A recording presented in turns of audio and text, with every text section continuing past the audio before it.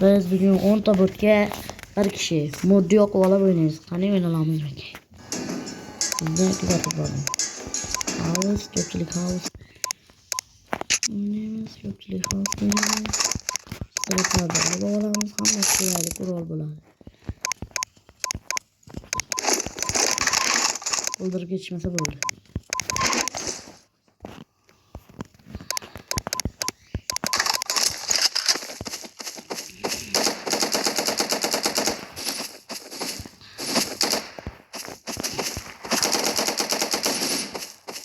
Mana do'stlar.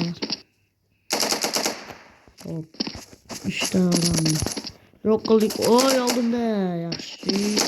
Bir kishi yo'qdi. Voy! Stel degani sniperda urdi. Buni biza ko'rib turibsizlar.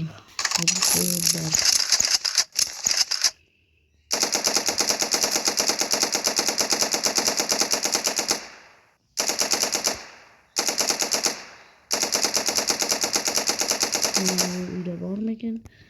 Yo'q ekan. Uçağımız dostlar. Hop, bu yerde yok.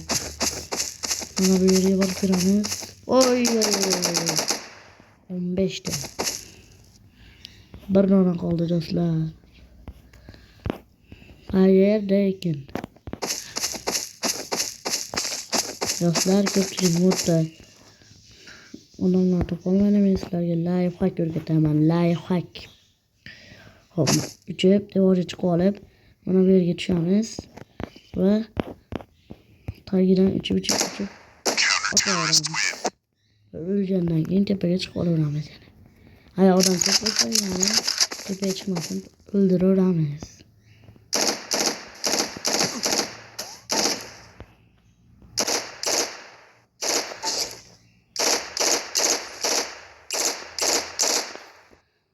Do'stlar, 4 ta qoldi. Menimcha bu yoqdan kelishyapti.